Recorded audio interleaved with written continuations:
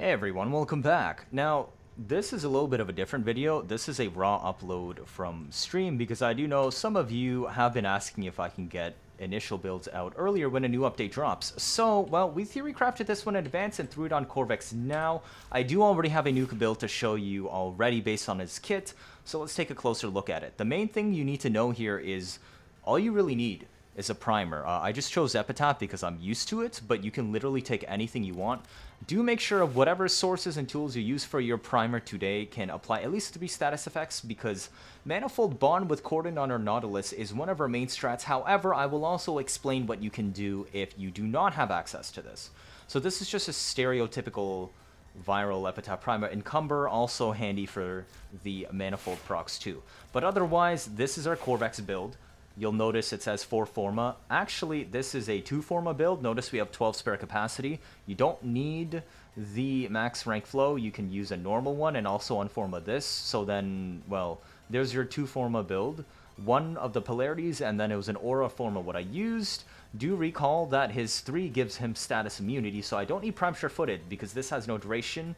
So you can refresh it whenever you want. 40% duration is enough because, as I predicted, what we were originally shown, his one lasts 35 seconds. So this is still 14 seconds by default, even at 40%, and we're moving around very quickly. This is a run and gun, well, more like run and ability nuke DPS build, as well as your 4 not really caring that much because I only need to tag enemies for about 1 or 2 seconds to blow them all up. Therefore, that's why I chose to dump duration. Casting is 4 is expensive, so we do need efficiency. Range is here, the main reason being because it scales the explosion radius of his 4 when you tag enemies that are affected by radiation.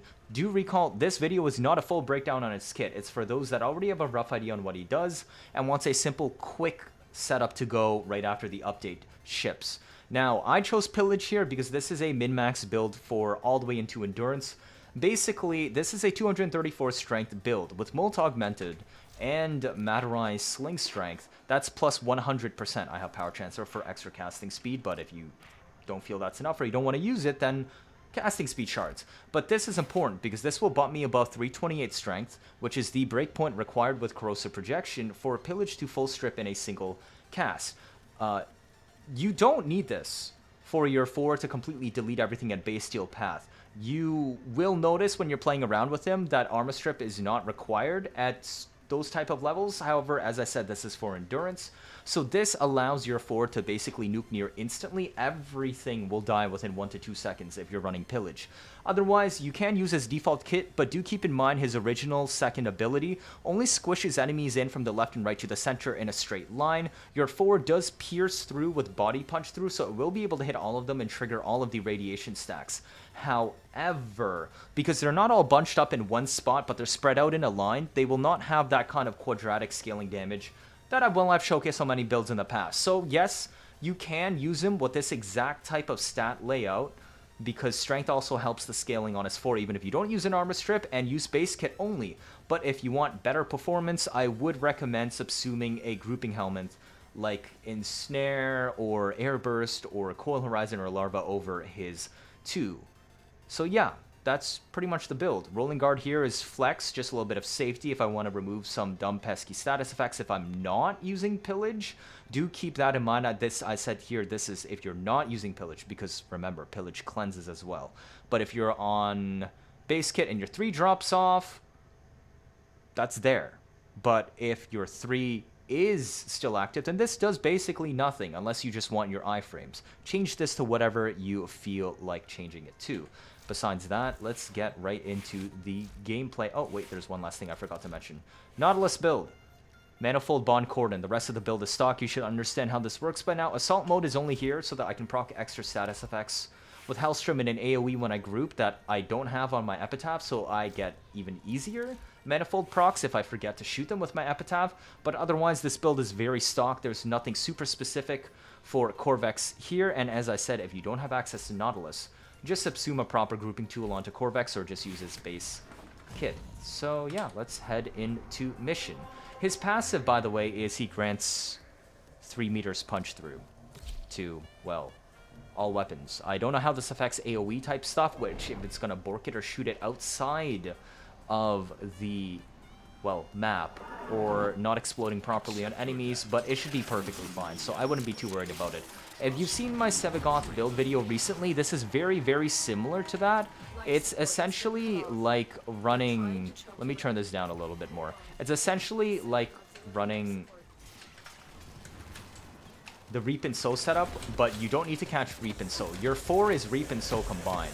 So essentially, you would cast this so you don't get knocked down, remember. You have your Pillage to keep yourself alive, and then you just tag enemies like this, and, well, everything dies instantly.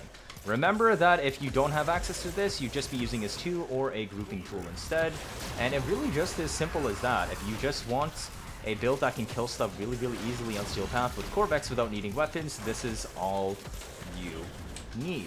As well as his 4 has a fixed duration before it normally would expire, so you can double tap it again to make it end earlier, and look at how big the AoE pulses are on this. So yeah, if you want at least 100 kpm so you don't need to worry about tiles and things, and I can even spin it around like this, then like that. But this is where I would say, look at my energy bar there. That's why you don't want to just spam this willy-nilly. You want to make sure enemies are grouped up, which is the reason why I said that if you don't have access to Nautilus, it is pretty important to use a grouping helmet. Now, there's another thing I would consider is that if you are unable to manage the energy economy from what I have shown so far, then you have another choice.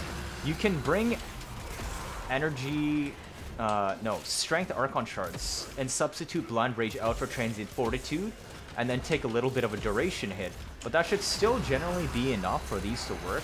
Now, I will also admit I am a little bit distracted on this because I'm not used to trying to give a live explanation of builds on stream at the same time while I'm demonstrating, but as you can see, that's how long it would normally last. And even if you have, say, like one Eximus alone like this is what it's able to do against just an Eximus unit. It still dies even without the AoE, right?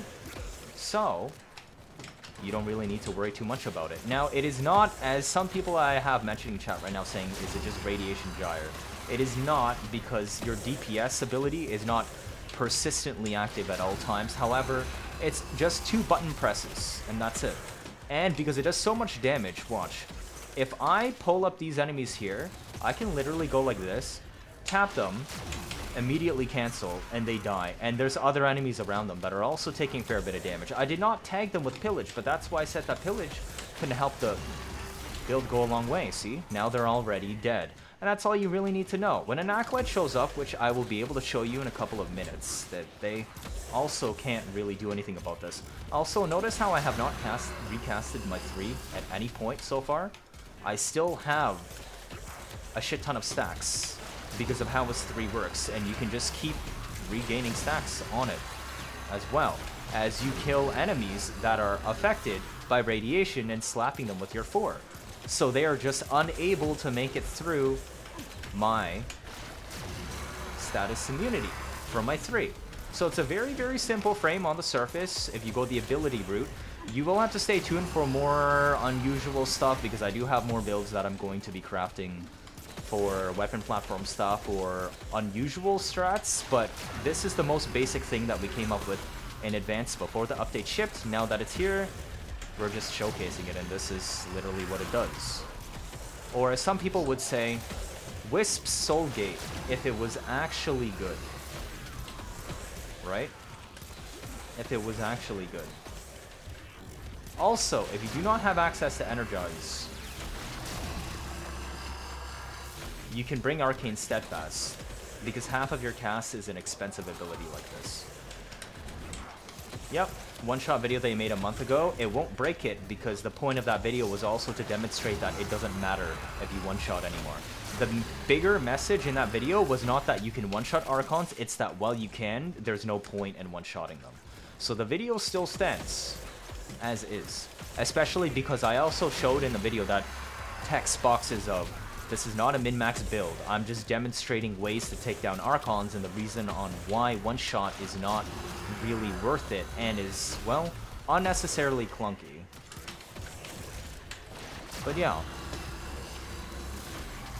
So there. And we have roughly 100 kpm. So okay, but you don't need heat in here. Yeah, exactly. Imagine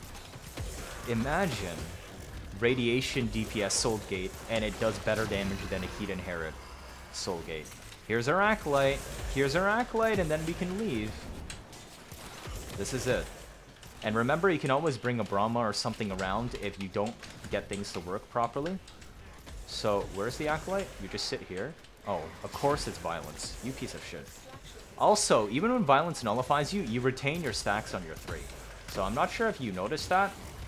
And this thing has so much range that, like this, I could tag them. Now, it doesn't do that much damage, like, right now. But see, if I have enemies bunched up together, which I don't know if I'm going to be able to get, but you see that, it does a lot more now. So the key point is to get enemies bunched up near the Acolyte, and then you can just kill them off. If it comes over this way. Come on, Acolyte. Show up over here. Okay, it doesn't want to. Anyways, we'll just kill it off because of the range on it. But yeah, that's it on the build. And we can extract. I was a little bit distracted, but we're at 500 kills. About 5.5 minutes have passed since we start encountering enemies. So, well, that should be a pretty good idea and demonstration that, yes, you should be able to reach 100 KPM pretty easily on this build. Just do note the things that I've mentioned about the energy economy and alternatives if you are finding it a little bit problematic. Otherwise, as I always say, cheers.